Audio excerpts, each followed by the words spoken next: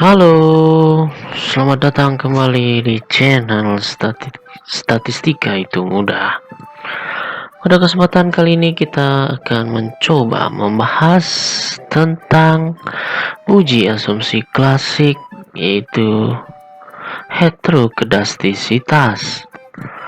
Adapun uji asumsi klasik yang lain akan kami berikan di link deskripsi di bawah ataupun linknya di atas. Sebelumnya, ada yang belum subscribe, klik subscribe, like, comment, and share apabila channel dan konten ini bermanfaat. Terima kasih. Langsung saja kita masuk ke uji asumsi klasik heterokedastisitas. Sebelum kita masuk kepada praktik, ada baiknya kita akan membahas terlebih dahulu dasar teori. Langsung saja masuk. Konsep dasar heterokedastisitas. Heterokedastisitas merupakan pengujian dalam model regresi. Apakah terjadi ketidaksamaan varians dari residual satu pengamatan ke pengamatan yang lain tetap atau homokedastisitas. Jika berbeda, maka disebut heterokedastisitas. Jadi dalam konsep dasar heterokedastisitas yang kita butuhkan dalam penelitian yaitu homokedastisitas. Jika terjadi ketidaksamaan maka disebut heterokedastisitas. Regresi yang baik adalah homokedastisitas. Jika terjadi heterokedastisitas akan berakibat keraguan atau tidak akurat pada regresi yang kita lakukan. Dan biasanya pada regresi penelitian yang kita lakukan, biasanya data cross section mengandung heterokedastisitas. Jadi cross section itu berbeda, misal objek ya, bank satu dengan bank yang lain, bank yang memiliki aset yang besar dan bank yang memiliki aset yang kecil. Jadi seperti ini karena data yang dihimpun mewakili beberapa ukuran yaitu kecil, sedang, dan besar. Adapun pada penelitian kali ini kita akan mencoba yaitu uji asumsi klasik heterokedastisitas, yaitu bagaimana kita membaca scatter plot. Konsep dasar heterokedastisitas scatter plot. Jadi scatter plot ini nantinya dia akan berbentuk gambar atau grafik, yaitu ada titik-titik yang bisa kita baca.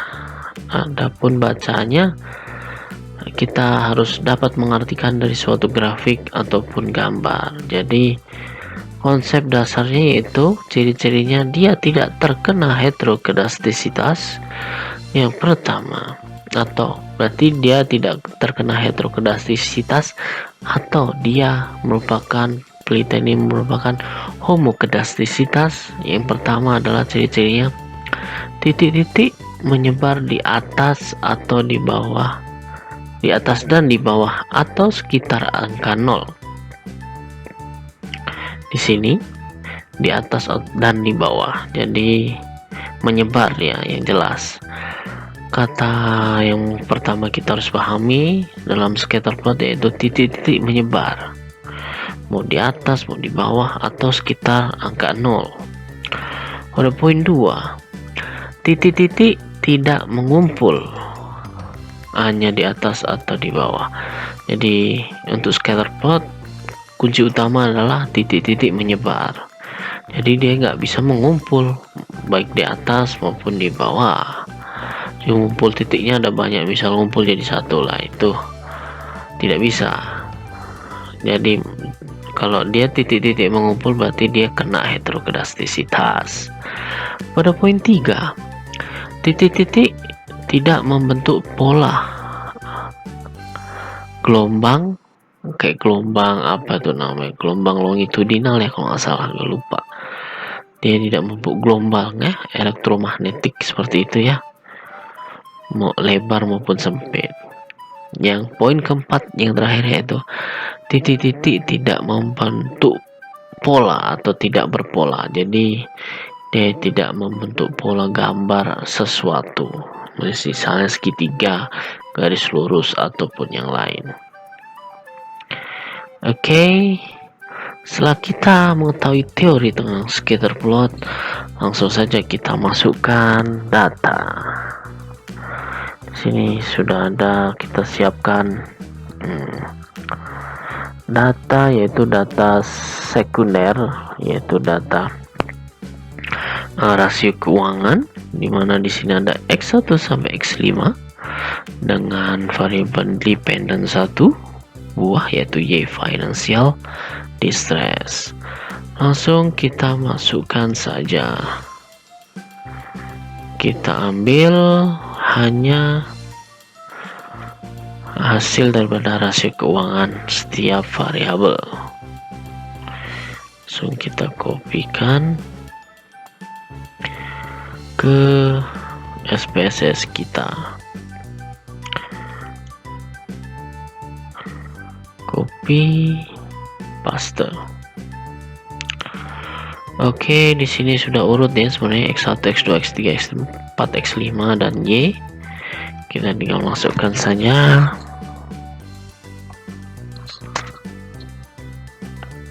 Di sini X1,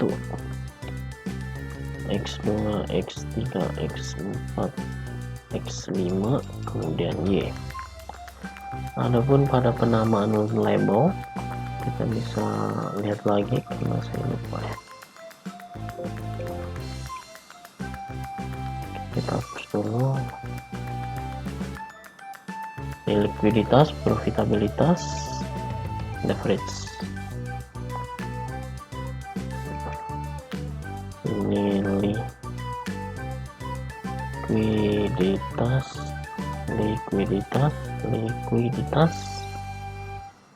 profitabilitas, leverage, kemudian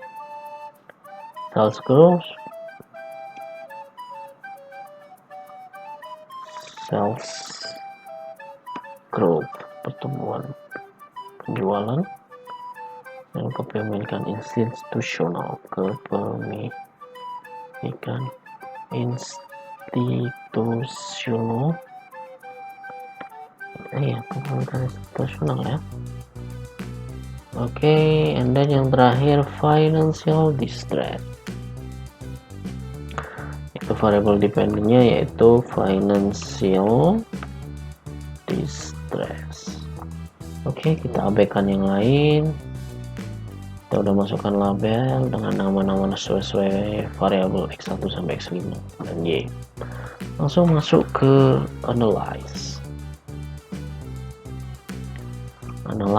kemudian regresi linear. Saya ulang lagi, untuk mencari scatter plot ya, heterogeneisitas scatter plot, yaitu analis, regresi linear. Kita masukkan sesuai variabel dependent financial distress atau Y. Y itu dependent atau variabel terikat, kemudian yang sisanya variabel X independent tidak terikat, yaitu variabel X1 hingga X5 tergantung jumlah X atau variabel tidak terikat pada penelitian kalian masing-masing. Kemudian kita masuk ke plot. Nah, di sini jangan sampai salah. X receipt masuk ke Y, Z red masuk ke X. Jadi ini jangan sampai salah. Kenapa demikian? Ini rumus. Jadi jangan sampai salah.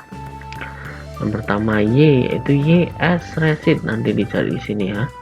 S receipt masuk, kemudian X adalah Z spread. Oke. Saya ulangi, Y as receipt, X Z bread. Kita continue, langsung oke.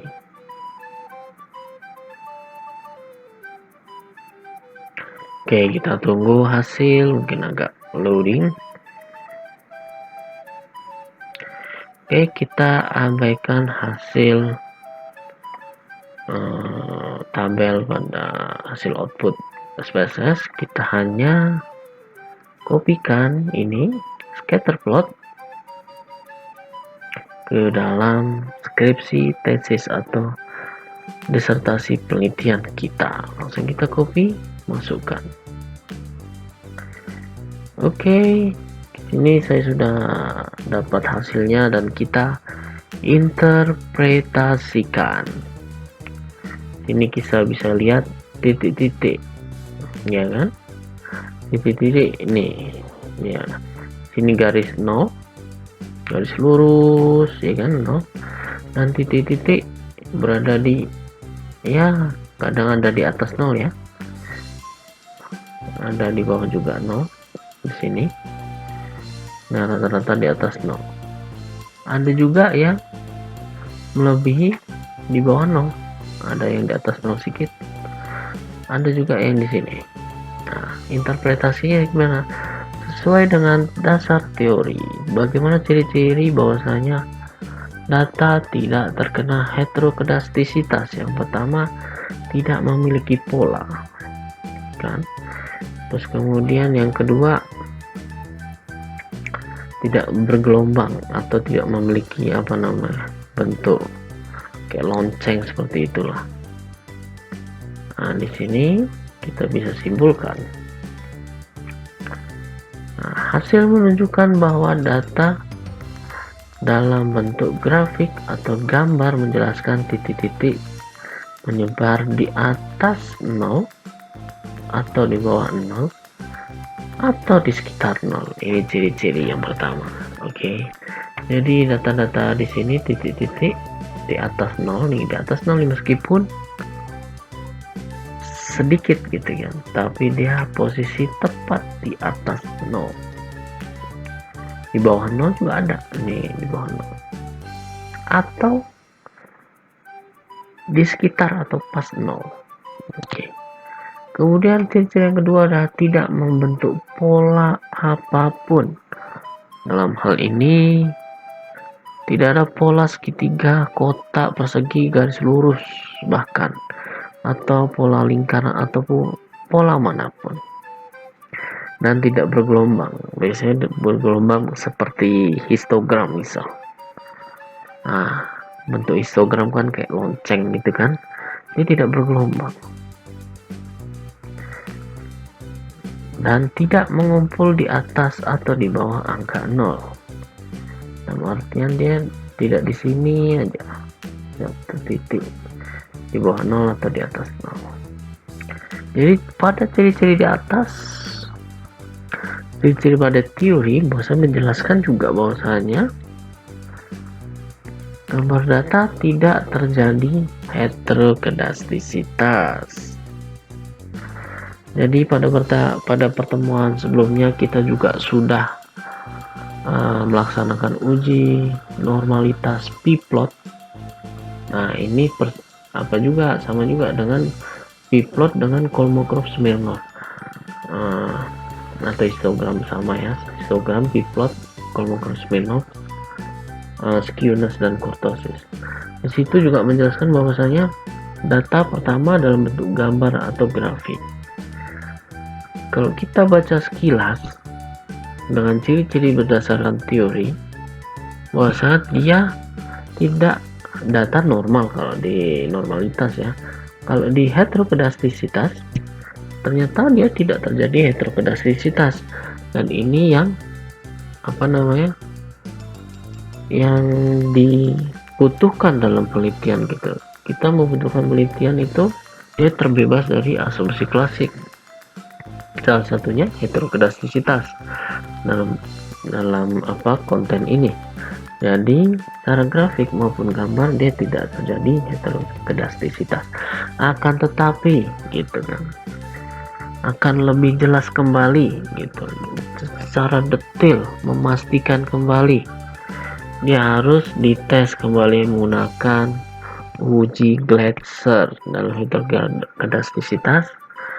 Kita juga bisa uji kembali menggunakan uji Glasser ya.